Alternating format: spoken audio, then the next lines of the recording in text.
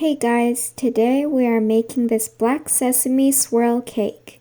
It is so moist, nutty from the black sesame, and is super easy to make. It has swirls of black sesame and tahini cake and is a super unique and delicious flavor that you need to try. Please like and subscribe and follow me on my social media. So first preheat the oven and grease and line a 9x5 loaf pan with parchment paper. In a medium bowl, add in white whole wheat flour.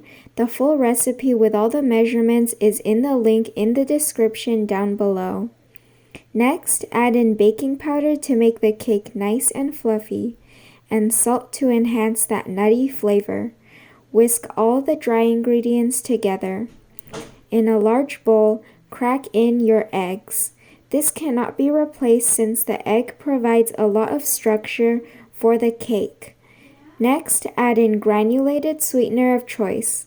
Any kind would work here: monk fruit, erythritol, coconut sugar, or sugar. Whisk these together vigorously until the sugar almost dissolves into the egg. Next, add in flavorless oil to make the cake moist. Now, add in the tahini or sesame paste. This gives a really nice, toasty, nutty flavor. Add in vanilla extract for flavor, and whisk everything together until the oil is emulsified. Now add in plain, runny yogurt, which tenderizes and lightens up the cake. Whisk this in until smooth. Add the dry ingredients into the wet, and gently fold this in. Do not overmix or your cake will be tough and dense. This will be a pretty thick batter. Weigh out half the batter and add it to a medium bowl. Add in pure unsweetened black sesame paste. This gives a super nutty and unique flavor to the cake. Mix it in until smooth. Spoon both batters into your prepared loaf pan. Swirl it around for a beautiful distribution of colors. Spread it out until even.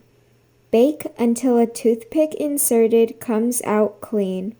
Do not overbake or it will turn out dry and crumbly. Let it cool for a couple of minutes in the pan and transfer to a wire rack. Brush on a little bit of honey for a shiny, moist top. Let it cool completely at room temperature. These cakes get better as it sits for a day. Cut it into slices and enjoy. This cake is so soft and moist and is full of sesame flavor. This can be stored in an airtight container at room temperature. Refrigerating will dry the cake out. If you enjoyed this video, please like and subscribe, and thanks for watching.